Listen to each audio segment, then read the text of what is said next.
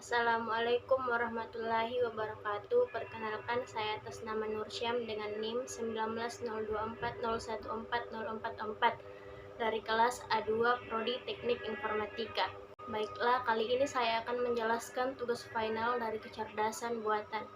Adapun judul yang saya ambil yaitu penerapan machine learning dengan aplikasi Orange untuk menentukan jumlah pelayanan kesehatan hewan. Terlebih dahulu saya akan menjelaskan sedikit mengenai dataset.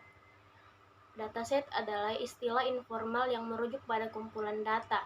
Secara umum, dataset berisi lebih dari satu variabel dan menyangkut suatu topik tertentu.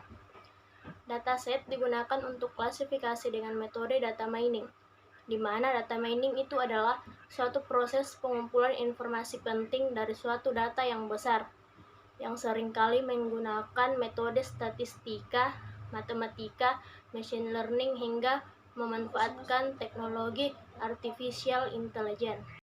Berikut adalah rangkaian yang telah saya buat dengan menggunakan aplikasi Orange berdasarkan dataset jumlah pelayanan kesehatan hewan. Selanjutnya saya akan menjelaskan item-item yang saya gunakan dalam membuat rangkaian tersebut. Yang pertama yaitu CSV file import, di mana item ini berfungsi sebagai tempat untuk memasukkan file dataset yang telah di-download sebelumnya, agar file tersebut bisa digunakan dan bisa terhubung dengan aplikasi Orange. Yang kedua yaitu data tabel. Pada gambar di samping menunjukkan data tabel yang diambil dari dataset, di mana info yang terdapat yaitu ada 1024 instance, 2 feature, 2 meta atribut, dan tidak memiliki target variabel. Yang ketiga yaitu data info. Berdasarkan gambar di samping menunjukkan info dari dataset yaitu jumlah kolom dan baris yang ada dalam dataset. Adapun jumlah rows yaitu 1024 dan kolom yaitu ada 4. Feature yaitu kategorikal 1 dan numerik 1, target tidak ada. Meta atribut yaitu kategorikal 0, numerik 0, dan teks 2. Yang keempat yaitu select kolom. Setelah melihat jumlah kolom dan baris, menu berikutnya yaitu select kolom. Pada bagian ini kita bisa mengatur kolom yang ingin kita pakai untuk ke tahap selanjutnya dan kolom yang tidak ingin kita pakai. Untuk kolom yang kita pakai terletak di sebelah kanan dan kolom yang tidak terpakai terletak di sebelah kiri. Setelah select kolom, selanjutnya yaitu data tabel 1. Pada bagian ini akan menampilkan data tabel yang terbaru berdasarkan pada select kolom. Yang kelima yaitu box plot.